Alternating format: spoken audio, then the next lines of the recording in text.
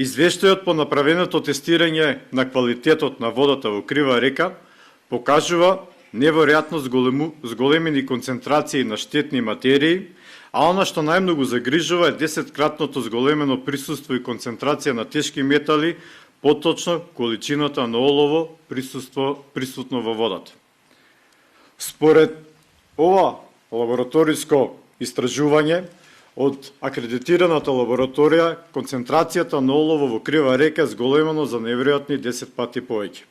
Дополнително, за неколку стотици пати е зголемена концентрацијата на цијанид, фосфор и азот во Крива река.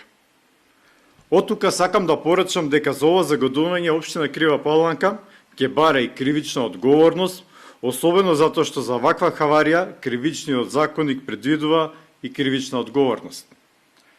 Затоа го повикуваме јавниот обвинител итно да преземе мерки за санкционирање на сторителот на ова загадување, тоа согласно член 218 од кривичниот законник, кој што предвидува затворска казна од 4 до 10 години